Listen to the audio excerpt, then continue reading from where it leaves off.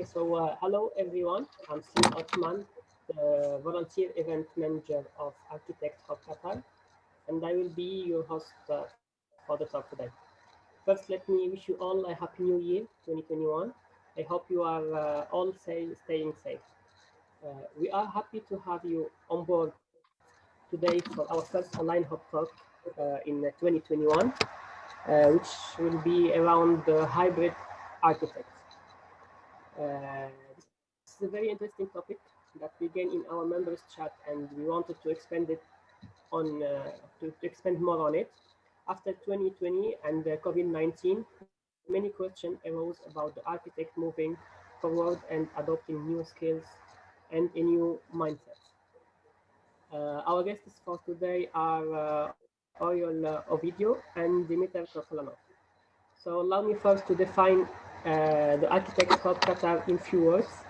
The Architect Hub Qatar is a non-profit architectural association registered in Qatar under the Qatar Financial Center Authority. Our hub talks are events to harness the diverse and intellectual wisdom of the crowd, keeping architects connected to peers and the wider market, local and global. Besides, please note that our session will be recorded and live streaming on Facebook as well. By these simple rules, all the attendees should be on mute during the talk. Later, we will invite you all to share your own thoughts on the topic and ask questions. Please just raise your hands or use the chat for comments and questions. I'd like also to thank Vortex for supporting the Architect Hub Qatar for this delicious coffee sent to us today. We are holding our January members after work coffee gathering at the Vortex Coffee in Tornado Tower, West Bay. Join us. I will share with the Architect Hub membership registration link on the chat. Before we start today's session, I'd like to introduce our guests, Dimiter and Oriol. Oriol is the Senior Account Manager at Modelical Madrid, Spain. He holds a Master in Civil Engineering from Barcelona Tech and has extensive experience in structure design and construction supervision. Dimiter is an experienced senior architect holding two master's degrees in architecture and advanced architectural design. Dimiter has multi-faceted expertise gained during 15 years of an international professional career.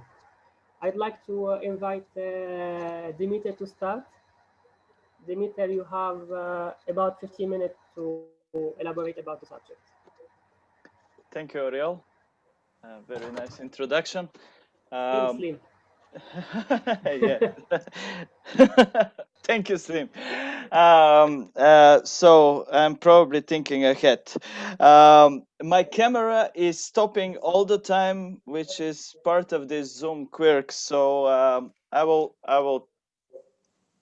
probably stop it at some point because it may become a little bit funny. So on this topic of the hybrid architect, I think it was Umeima who coined the term after a discussion in the group chat of in the WhatsApp group of the Architects Hub, and it's a very interesting idea. As I am not considering myself expert in this term, which is very new to me. I will try to just share a few thoughts on what I see as a current state of architecture and eventually possible uh, ways to develop it or possible, let's say, fields where we should put more effort. And put more attention. So I generally that's not pre-prepared talk. I didn't go that way. I'm gonna be just sharing thoughts and the general kind of structure. I divided it into three uh, important fields which I believe will influence architecture and eventually architects may influence them if we succeed. So the first field is social, the second is cultural, and the third is technological. So let me elaborate a bit on my thoughts on these three fields and why I consider them important. So starting from the social, generally architects like to talk about the social importance of architecture, of buildings, of cities, etc.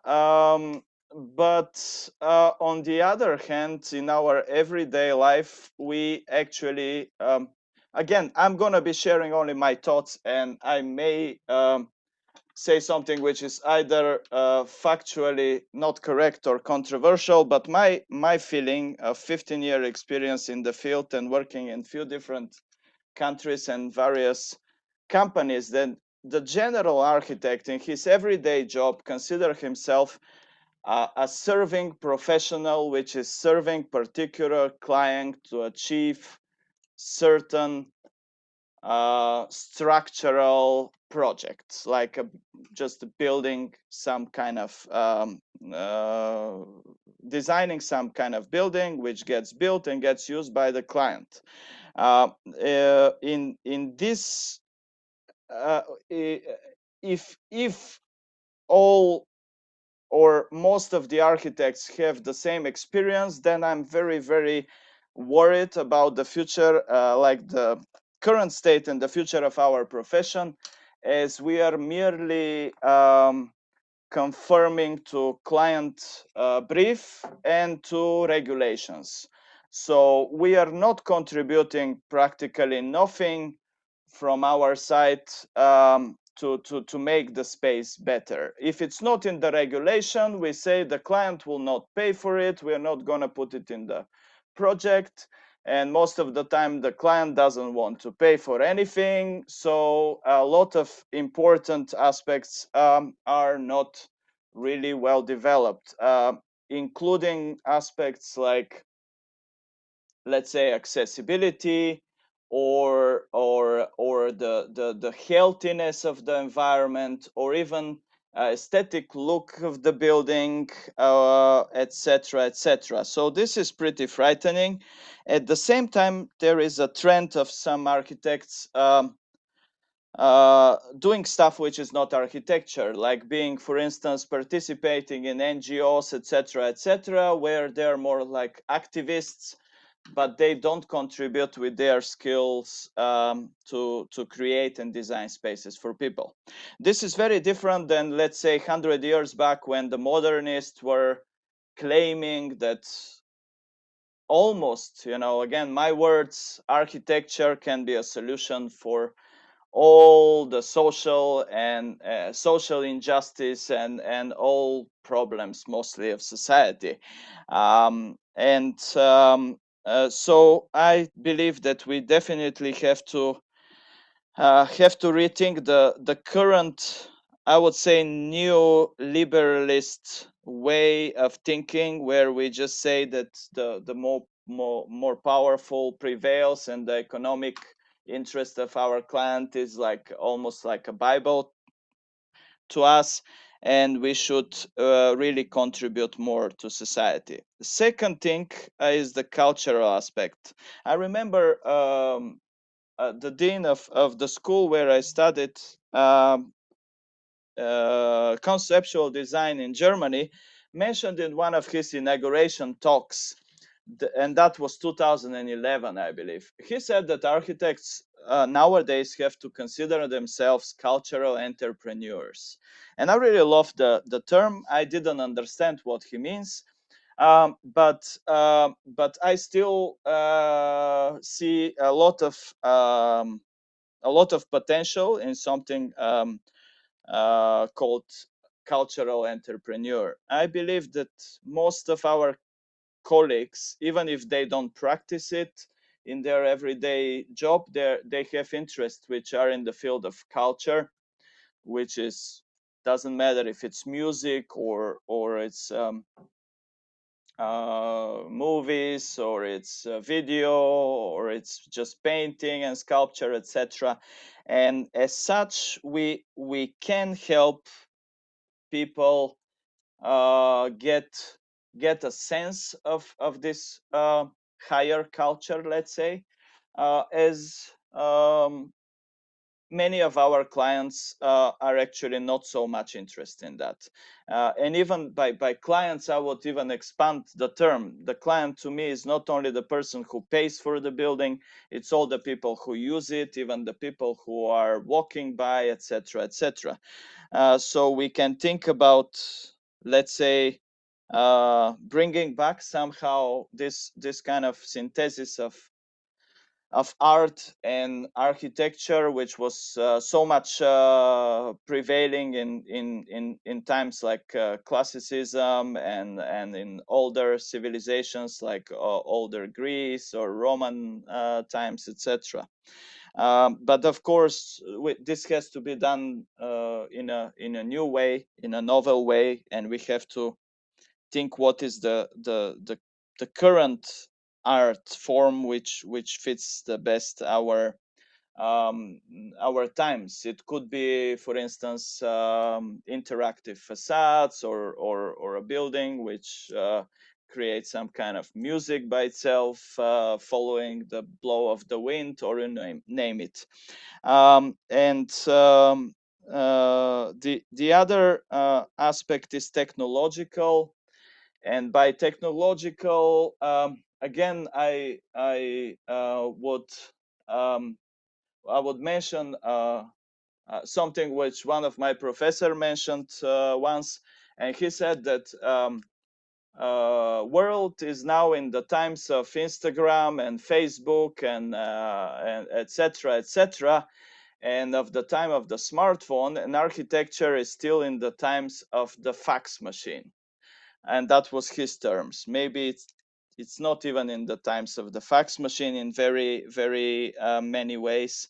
I would say in times where we are talking about Internet of Things, cloud cloud everything, like the data revolution, the expansion of data, everything becoming smart cars, smart, even the coffee machine becomes smart, and in Japan they have smart toilet seats which tells you what minerals you're lacking and you have to eat something, etc., etc. In that time we have buildings where you still have to open most of the time a window to allow fresh air, and to manually pull a curtain like they did 500 years back probably, to stop the sunlight coming in. And this is really, we are lacking behind many in many ways. And um, and again, if that was a lecture, I was going to mention that during modernist time there was the first and second digital revolution, and the third coincided with the start of the postmodern, and after that internet was introduced, and now we are in the fourth digital revolution, and even some people say that this is the last one, and the new times are not going to be about digital, it's going to be about computational. And even certain people from academia are even speculating that actually the architects of the future will be co-authors of their projects together with artificial intelligence, etc., etc.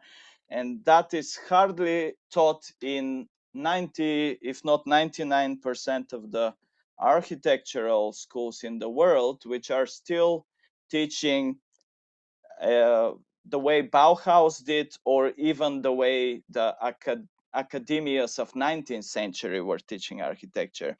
So probably I will just sum up with the need of addressing also the education system to create new types of architects, because there is something like a self-fulfilling prophecy.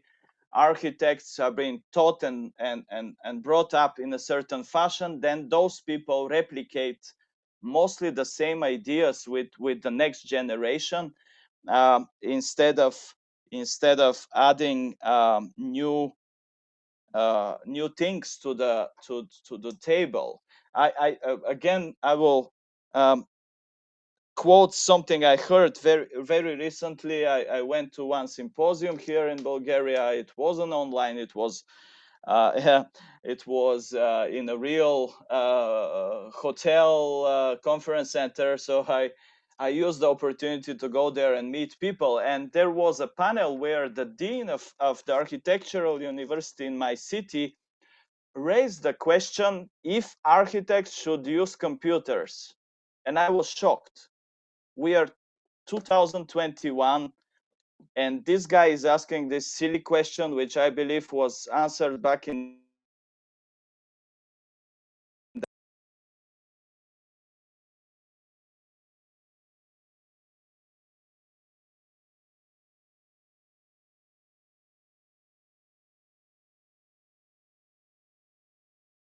Something went wrong. So what I do you still hear me? Yeah. Yeah, we do. Technically, Yeah, we can hear you. so yeah, we have to prepare ourselves for the very near future, where if we don't adapt, architects may become obsolete as we know it, as many professions will, like the truck drivers and many others will not have jobs very soon. If you didn't notice, with Tesla, etc. So we may as well become obsolete if we don't prepare ourselves for the times where we may be designing together with AI, or even changing the focus of our main contribution to society from mere technical execution to aesthetical or social or an interface with the clients and society, and being involved in a bigger picture. So that's it.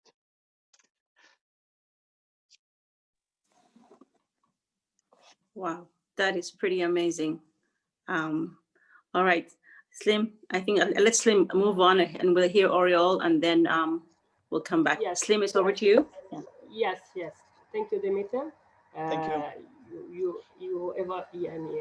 You mentioned so different subject, new way. I will just handle the speech to Oriol, and after that we'll elaborate more. Thank you. Thank you. Thank you very much, Slim. Well, on my side, I was taught at university. I'm an engineer, but I was given some lessons about engineering and architecture, and I was surprised because in one subject, which was like engineering story, engineering history, sorry, the teacher told us that architects were the summit of all the knowledge regarding arts and technology. And I was surprised because I didn't know. But the teacher told us that the meaning of architectus means like to be at the top of the technique. And it seems right to me, and it seems that it makes sense given the things that the architects have to perform or have to carry out during their professional life and during their commitment. So I do believe that the architect profession is in the summit of arts and technology. I do believe that. So the point here is that, well, if you are at the top, if you've got that authority and that power, what are you going to do with it? So the main question of me that I wonder myself is, are architects the authors of their work? Are architects authors of their own profession? Or are or is their work enslaving them, or you, because you are architects? So are you the owners of your profession? Every individual profession. I don't mean the profession of architecture, but your profession. Are you the owner of your career? Or is that profession or that work telling you what to do? That's an interesting question. With engineering, happens the same, happens exactly the same. I have to wonder myself if I am responsible for my career or not. Can I respond for what I've been doing? Or the only answer that I can give is I did what I was told by my client, by my boss, by whoever, by my teacher? Or am I the owner of my career? Can I make decisions on my career? So this first question leads me to another one, which is architecture going by the means that architects want? One thing is architecture, another different things are the architects. So is architecture going by the means that architects want, or have architects any kind of plan for what do they wish for architecture on the following years? After that question, that how is architecture going, there is the question, is there anything that architects can do for their profession? Can architects take the reins of their profession? Or is just a matter of what client wants? And I agree very much with Dimiter in his analysis of there is people paying for the building and there is people using it. I'd rather call them clients and users, but I agree that it's the focus of the work of the architecture or of the architect. So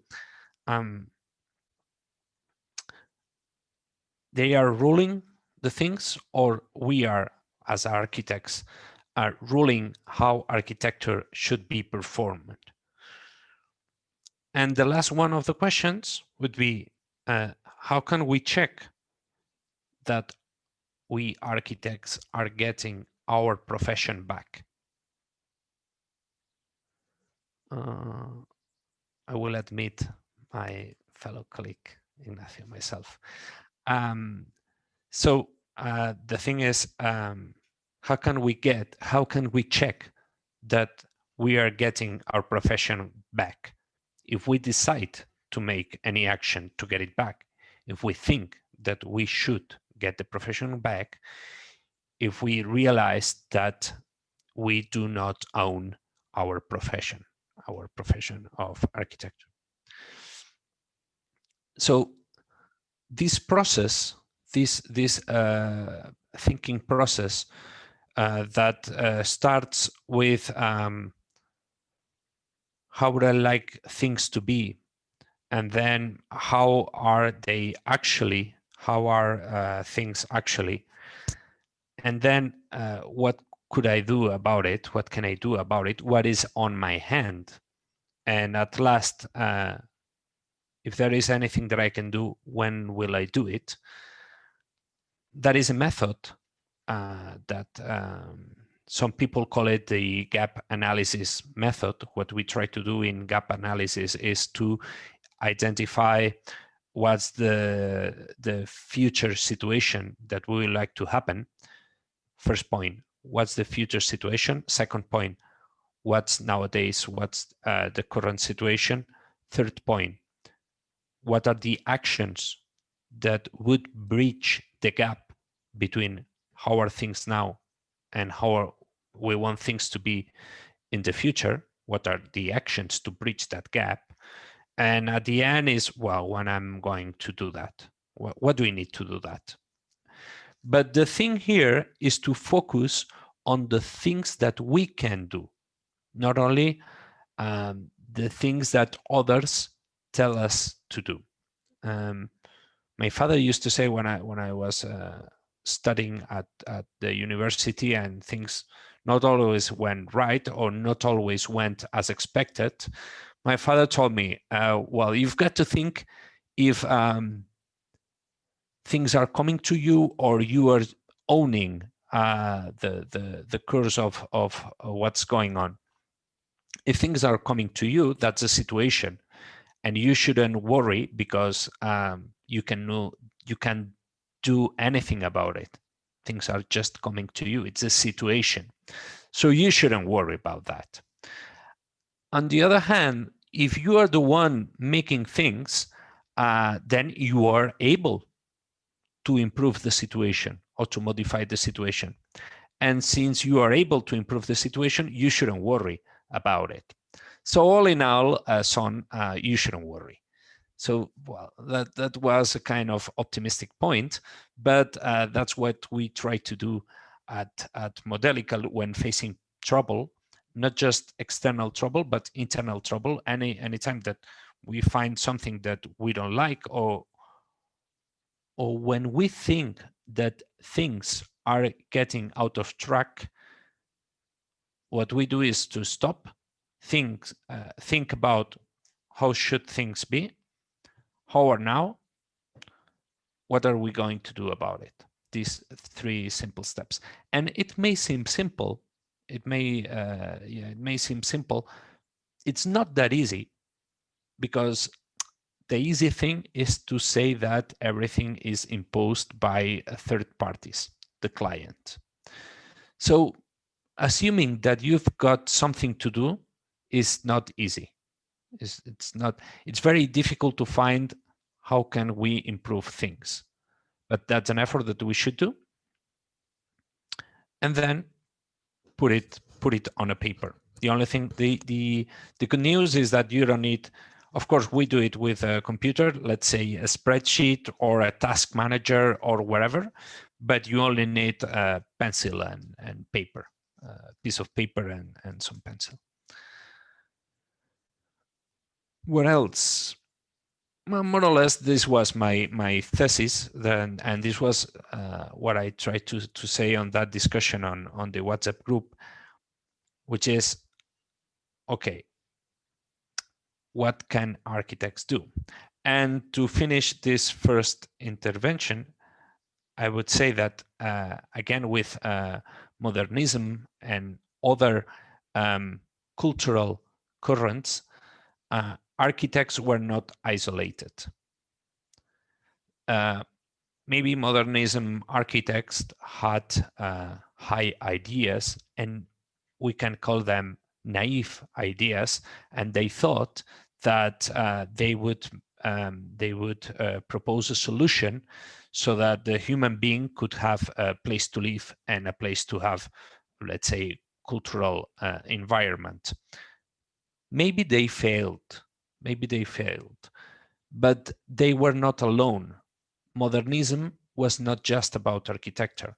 Modernism was also about poetry, also about painting, also about other expressions, other artistic expressions.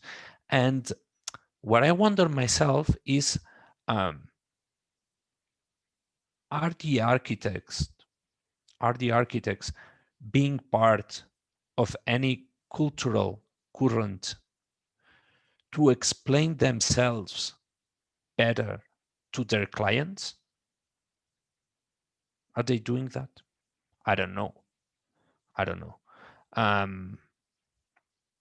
Ignacio's here. The only thing that I want to say is that Ignacio is and Gonzalo, they are fellow members of Modelical. They are friends of mine, and by any means, I want to put myself the badge of an architect. I am not an architect. I'm an engineer, but I just admire you. I just admire the work that you do and the problems that you have to face, and that's why I dare to talk about architects, but just from admiration and respect. And that would be pretty much everything.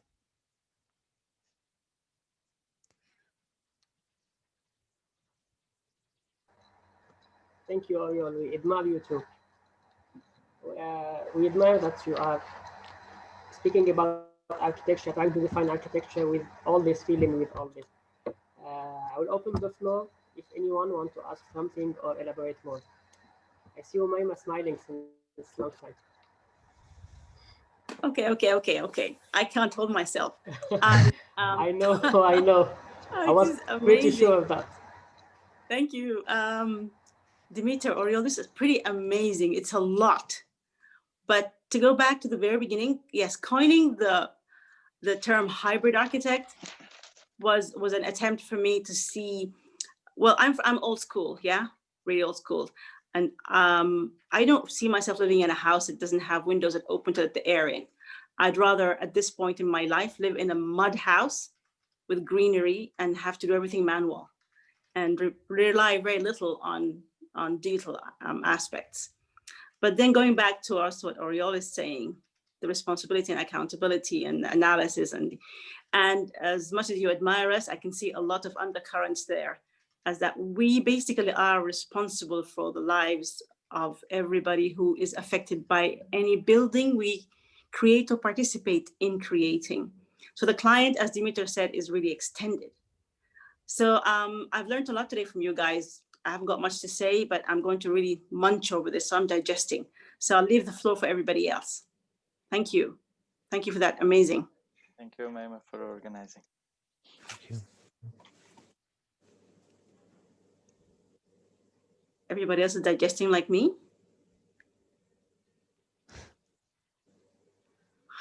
Junaid. Unite, yeah.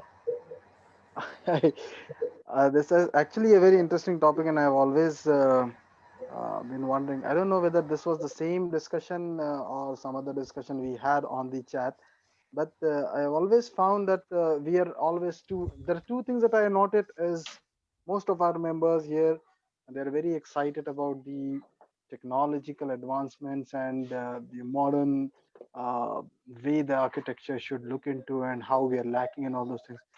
I've always felt one thing is uh, I think the architects of today have become either too modest or they have started blaming themselves for the things that they do shouldn't. So I probably feel that it's actually more required for us to, or even as a society, we need to have more professionalism. The first thing that goes in. So we need to know that a professional who is meant or who is a master of something should be acknowledged for his knowledge, for his expertise, and he should be respected for it. That goes same for the architect as well. You can't go to the architect and dictate terms with him on his subject. Okay, you can go to a doctor and tell him that okay, I'm feeling sick and I'm having this problem and I probably want to have this one, or I probably need a good diet or something. Or you can say that, but you can't dictate to him as in what he needs to give you as medication or what he needs to give you as advice. You can't dictate him, and it's no point in consulting a doctor. That's why he's called a consultant. You need to consult him as an expert. So when you go to an architect or an engineer, either it's client or the end users, they should have the kind of professionalism into them, as well as a whole in the society, that you are going to a consultant, you are going to consult him as an expert, and you need to um, consider his advice. Else don't go to him. That's first part. That's also a part that goes on to us, and which I believe was the term used by the old architects, as they called it, to educate the client, which I think we are not doing anymore. It's not the education of the client. We are not doing it, and probably it's always that we are thinking we're more being honest, or we are being more modest by thinking okay, it's the client or it's the regulations, it's the technology that we need to. That's all. It's all secondary. The design is something which is more basic and more primary to all these things. Then all these things will chip in together depending upon the condition that you're going into. We need to know about the technology, but it's all specific to the place, to the region, to the time and context. It's all contextual. when if you're given a project to design in a village in Africa, you don't think about technology. You have to be specific to the context. But the design and the basics of the design would remain the same. It is to fulfill the need of the place. It is to fulfill the need of the people. It is to fulfill the it is to give them a living environment, ambience, and all those things that won't change. So that's something which we need to understand, and I think that needs to continue. That's not going to change that's not change in the previous thousands of years, and it's not going to change because we are humans. We are still humans. So I think that is one thing. And as Oriol has pointed out, a good point that do we what do we want, or what is it that we could do? Yes, that's something which is a very important question that we need to think about, and we need to work on it as to how these things could be dealt with.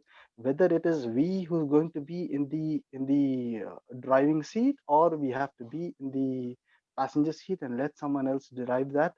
Okay, that's actually a question that it's not a personal question. I mean, it does not depend upon a person. It would depend upon a complete society.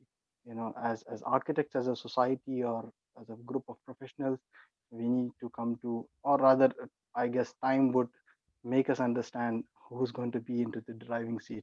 Presently, it seems that because of the commercial factors and reasons uh, which are more materialistic, it's the architects or the designers, or you could say the social thinkers or the environmentalists. These people will have to take a back seat, and it's the commercial and the materialistic people who are going to take the driving seat, and they have taken it.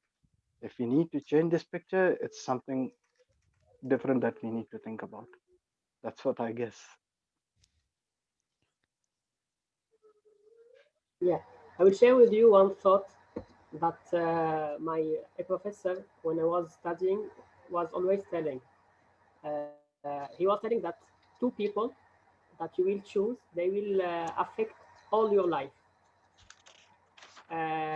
It's your partner in the first sight. It will affect you all your life, and the architect that will design your home. He will be responsible either for your happiness or your sadness for the rest of your life. This is what he said. So what I think, when you go to an architect, you should, before having a professional relation with him, you should have a human relation. If you were sincere and you were, let's say, frank with him, and you let's say, you give him faith, he will do his best to give it back to you, to deliver the best thing that he can. Sure. Okay. True. Sorry, Oriol. Yeah, just give me half a second. It's true, but we're still waiting for somebody else to tell us what to do and how to design. So we need to be leaders and not wait for people to become professional until we're able to do our work. So my point is, what can we do now to make things happen the way we think it should happen? And as you said, all of you, we are responsible for the lives of everybody. I think everybody's an architect in a way. Anyway, that's my 2 cents. Oh, go ahead, What, Oriol, sorry. yeah, what do you think about smoking? Is it good or is it bad for health? Smoking. Have you got any opinion on that? I think it's bad, but anybody else think it's What good? else? Junaid? Smoking what? Yeah, of course it's bad. It's bad. Slim, what do you think? It depends on what you smoke. That's a Very good good one. one. That's a good Careful, one. it gets recorded. Yeah. Advertise any production of yours. Tuche. So good and bad is depending. Okay, that's a good No, one, not Slim. for sure it's bad. Okay. It's bad It's a good. at least Okay, for physical so health. are you doctors? No. No, depending on what we smoke. but No, but he made a point, Oriol, that is, imagine, for example, the treatment for pain, when sometimes the smoke of certain substances are very well justified, then this person that is in pain will tell you that definitely it's good to smoke. as a relief, Exactly. But you've got an opinion on that, and you Yes. explain it very well. Are you a Yes. doctor, Eduardo? No. No, you are not. Okay. And how come that you've got that medical opinion well-based, let's say, well-based, or at least based on the start of the art, but you are not doctors? I think we are admitting So what's the the fact that point? Not getting it. on all Yeah, the package of the you're smoke is trusting telling experts' opinion on that. My- That's a good point. But actually, I know a lot of people who actually don't trust their doctors either. No, that's it. That's No. it. What I'm trying to say is that doctors or medicine have made great efforts to transmit a state of opinion for the masses. Mm. Maybe they don't how do you say, succeed always. Maybe they don't always succeed. I've got my friends doctors that tell me, somebody came to the hospital, I told him this, and he answered me back that he wouldn't do that. Mm. That's what Junaid said about architecture. But the difference is, what is the effort that the architect puts on telling the society, on making, on teaching them, and what is the effort that the doctors are making? I've seen TV shows about healthcare. I Oriol, haven't may seen I? TV May I? shows. Your points are wonderful. I'm even writing notes, but I would like to coin a few things. One thing is how you know how many architects can you count which are as famous as a soccer star or a singer? What about doctors? And Uh, you do what doctors tell you to do, but uh, people don't do what yeah, I mean, architects tell them to do. you know, there is hardly. I mean, there is a few shows I know about structure. It's mostly about structural engineering, I would say, structural feast in one of the educational channels, and there is some stuff about how you can repair your house or make it more beautiful by DIY, and I think that's it. I mean, there is very less interest in society about architects. You know, I mean. It's not so much that the architects are not putting the effort. There is no interest. Maybe we are boring. Maybe society is changing. Um, Or maybe society is boring to you.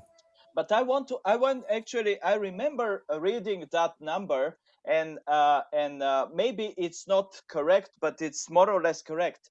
It says that only 2% of people, and I believe this is about US, can afford their house to be designed by an architect. And I believe worldwide it's much worse, because in third world countries, most of the people live in some kind of sort of favelas. So if architects can influence only 2% of society directly, so what is our chance anyway? No, I mean, I would disagree to this, Eduardo, because in No, all I'm the not. all the I was not the different parts one of that did countries. that statement. It was Dimiter.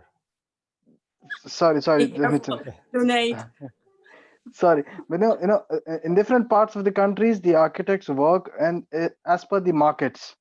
It's not that the people can't afford. The people can afford an engineer. The people can afford an architect as well. There are architects in the third world countries who work for free, and people think that architecture does not require anything. I've worked for free for a lot of projects of mine as well. So okay. people think So it's a architects don't need money social thing because they're to an designing. extent, right? They're just putting lines on the paper. What do they need the money Yeah, for? sketching, You understand? painting. So yeah, so Right. they think it's does not require any money. In fact, they think the contractor requires money because he's putting material, he's putting expenses, he's having something in material to invest into. So he Yeah, needs money. Of course, they that's the understand current that. state. I mean, you're Yes. right. That's the current state. But maybe The maybe question it's I'm going back to yeah. is whether how many people can afford an architect. Mm, I think people can afford an architect. It's not the question about affordability. It's the mm, question about how much they trust him to be the expert on the subject. And we need to give this to them as architects that yes, it's more that we know about the subject than you. So Yeah, you but know it, but we know. So as a doctor, I would come to you and say, you know, smoking is bad for your health. Okay, that's very basic. But you don't know how to quit smoking. What are the possibilities? What are the details? You wouldn't know much details as a medical professional. So there are many things. It's not, it's just a simple thing of smoking. Okay, fine. But when you go to a doctor, you still need a doctor to consult, to have your health regulations done. He needs to check so many things. It's a bloody technical stuff. So you would definitely want to consult a doctor at some point of time. Maybe you're good with certain things, certain basic knowledge, but you're not a doctor at all. So at some point of time, everyone would have a limit to his knowledge for the other profession. I might know a little bit more of medicine. Someone would know more than me, but of course, we will not know as much as a doctor knows. So that's the do, same case with the architects. People know about building houses, people know about aesthetics, people know about designing to some extent, but they don't know as much as an architect does. And that should be told to the people in a best possible way. look, That's the whole point. my grandfather lived in a house which was not designed by an architect. I don't know Okay. who designed the house of my grandfather, but it wasn't an architect because my by father, the my way, Oriol, there sure, was no profession called architect till I think late 19th century. So well, he was it's not that young. normal. No, but anyway, I mean, actually, the um, it's I'm just recalling what your teacher said, and I've heard it the same. You know, this architecton thing. It's probably an old professor architect who hardly built anything in his life, so they love quoting that thing to rise their self-esteem, so to say. First of all, my the way they explained to me in my school is architecton means the chief builder, and it comes from Greece. So chief builder doesn't mean a person who knows everything. It's just the guy who is leading the team of masons and carpenters, etc., etc., who build a house. That was back in the days. And like you know that there was no structural engineer and MEP and electrical. Of course, there was no electricity either, but in Egypt, as far as we know, there was no profession called structural engineer. For Rome and Greece, we are pretty sure about it. So the architect, for instance, how they were building the let's say San Pietro in Rome.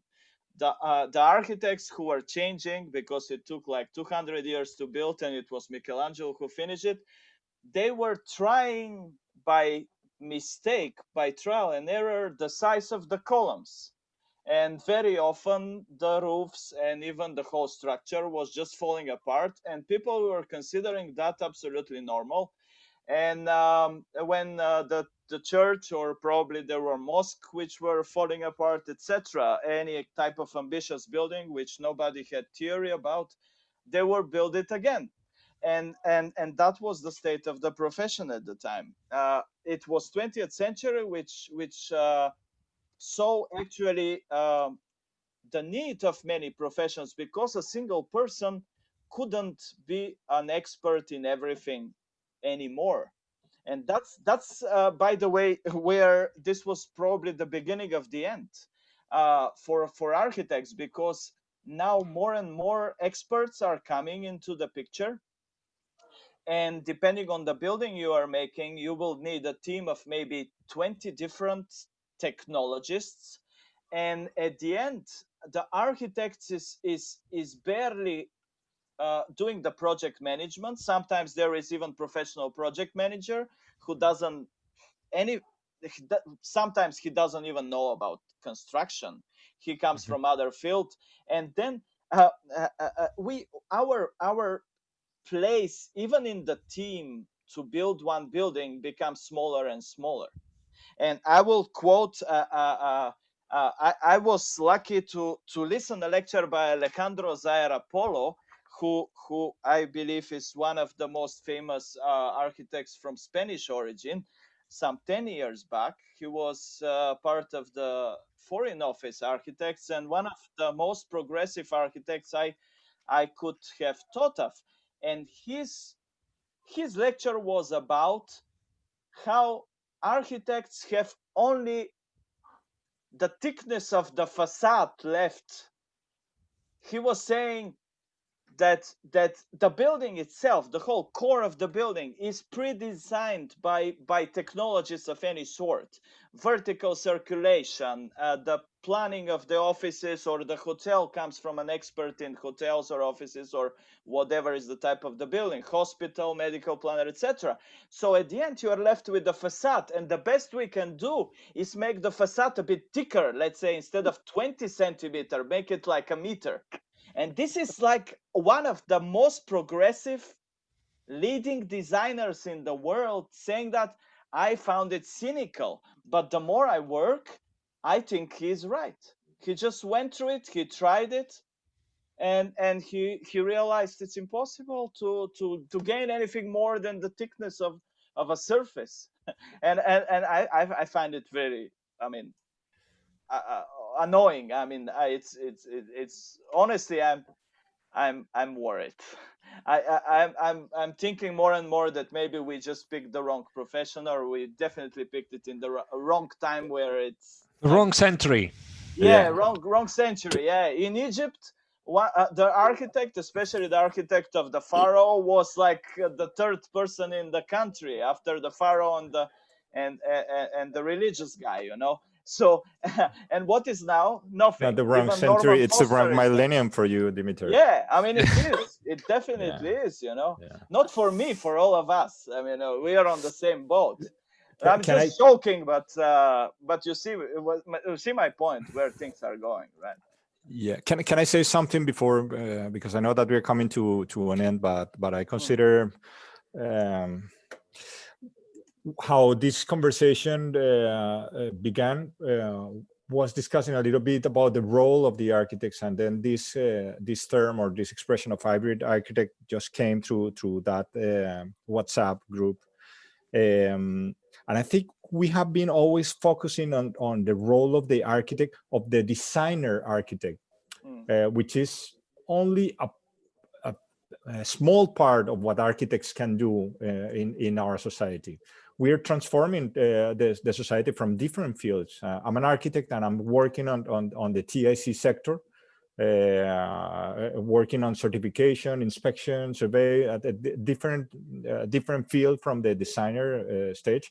But I'm pretty sure that there are plenty of architects working on technology, plenty of architects working on political, economical issues, and there are different ways to transform our role to become really essential for our society. So I think that the major issue that we're facing is that we are focused only on the role of the designing part of the architecture.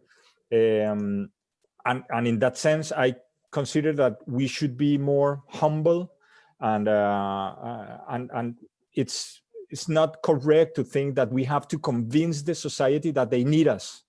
Is that we have to become essential, but adapting to the transformation of the society in order to grant that that we really are part of the evolution of that transformation of the environment. Call it city, call it building, call it housing, call it public space, call it however you want to call it. So more than saying, you know, the client really, they don't understand what we are trying to say, because we are genius and we have the knowledge, and the problem is that we need to teach the client how to think because they don't know how to think. This is wrong. I mean, society is changing rapidly, technology is changing rapidly, or we adapt or if we don't, then for sure we will be losing that relevant position that we have in a society. So I guess that hybrid architectural part needs to become first of all part of a complete understanding on how the society is changing, and in that sense, I guess that this is one of the good examples that we have here. Is, I don't know, Oriol, how many people do you have in Modelical that are architects? But how much fun do you guys have with game tools or with virtual environments or digital transformation or these kind of things that you may think that this is maybe an IT role and not an architect role. But when you involve architects, we can provide a different perspective to different fields and we can diversify our profession. So it's not only about the role of the designer, it's the role of the architects in all the fields that can affect the transformation of our current environment. I don't know if it's just a rough idea. I know we're running out of time, but then the next step is how to think or how to evolve our role to make the change happen and to become once again essential for the society. Yeah, well, in Modelical, we've got like 35 people. In 35 people, I think we have like 32 architects. Gonzalo, Sara, and I think we are the only ones that we are not architects. And what we try to do, and we really enjoy, is to take profit of technology to keep doing architecture, to focus on architecture. We think that technology is just a tool. We cannot focus as a professionals. We cannot focus on technology. We can do that when we are going to the cinema or when we are playing video games, but we use technology and try to focus on our profession. So technology is just a tool. But what we have to do is to take advantage of technology. We cannot get rid of technology just because it seems for kids, you know, or it seems like procrastination, that 3D models are procrastination. No, you have to use 3D models, but you have to focus on feasibility of your buildings, on the feasibility of your buildings. And you have to focus on the quantity takeoff of your buildings. And if the money that you said your client was going to spend, he's really spending that money. If you have to focus on maintenance, your client is tired of paying for buildings and with very high costs of maintenance. Okay, so you have to focus on that. That's your profession, and technology will help you. Yeah, but, so but we apart have from that, a lot also of fun with it, but because we really enjoy to be able to focus, to let the architects focus on architecture and not on technology. We train on technology just to make them able and not waste time for them learning for themselves.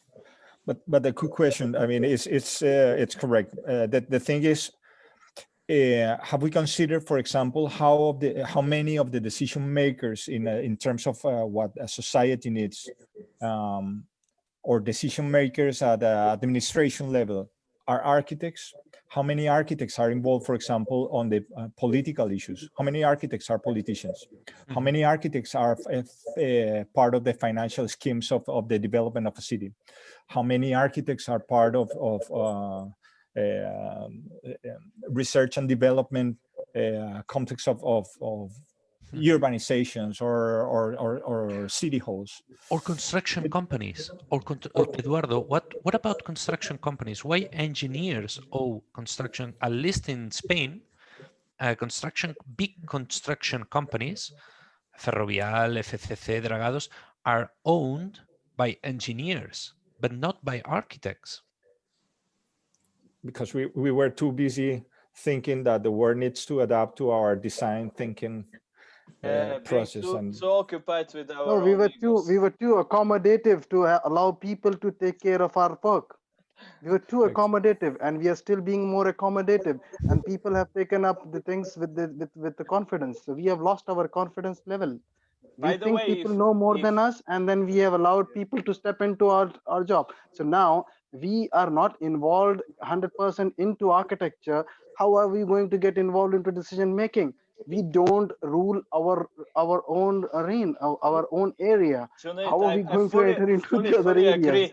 And actually, you're a wonderful speaker, and I would suggest the next talk is led by you. I really liked listening to you. Thank I you. just wanted to because I started a bit serious, and those topics I was coining, they can be developed seriously, but I would like to make it a bit more light at the end. So I would actually, Eduardo, I would say if I would or apply to any of the positions of manager in any big construction company in Spain, they would discard my CV the moment they see I'm an architect. Yes, exactly. It is so bad. Not even looking at my portfolio, etc. They will just discard it because people greatly believe that architects are some kind of lame dreamers which Yes, know nothing about construction, exactly. That is and exactly that they is only what it make is. buildings more expensive and missing the deadlines and all this stuff. And but maybe you it's know, true That's to an not extent. true. Some Dimiter, of you I know have about gravity forces.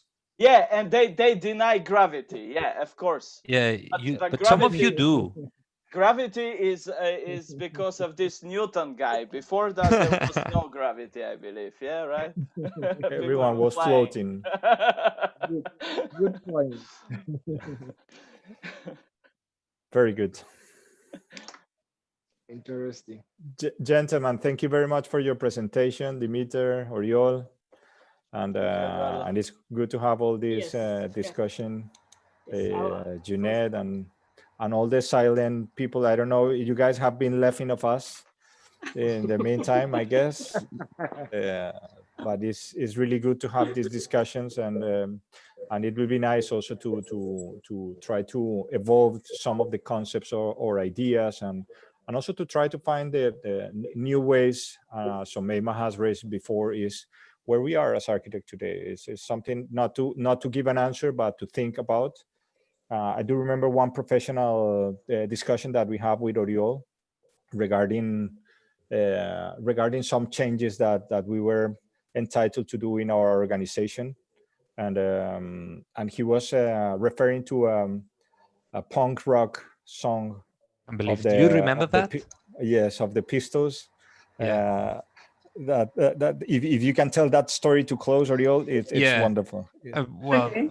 very shortly, the song is The Guns of Brixton by The Clash, The Guns of Brixton. And the song, of course, this doesn't mean to be political, but just for a context, no? The song says, when the police come to your home, how are you receiving them, going to receive them? With your hands upon your shoulders or on the trigger of your gun? So I'm not fostering the revolution here, but the future is going to meet you. The future is at the doors. How are you going to receive the future? You're going to give up your profession. You're going to surrender your profession and give up your technique to the future or to the client, or on the trigger of your gun, you are going to call the shots. And that's a decision that you have to make. Yes, exactly. Very good. Mhm. Yeah. Yes, I Nice see. song. I'll check it straight away. Yes, that's pretty amazing today. It's like the topic is pretty amazing. Sorry, I just didn't realize I was not on mute, so you could all hear me. But this is a fantastic topic. Just, I think we have to have another top talk. We're reaching the end of the talk, but we think we need to have another talk about this. Let me tell you very, very briefly another thing that happened to me in Spain. There was another song, Eduardo, if you remember, which was Revolution won't be televised. Revolution will not be televised. At Spain in 2016, everybody was saying that BIM was going to be mandatory in 2018, 2 years before. On 2018, the same public administration that was asking for bidders included a clause saying we need engineers and architects with 2 years of experience in BIM. The next day that the previous tender process were not asking anything.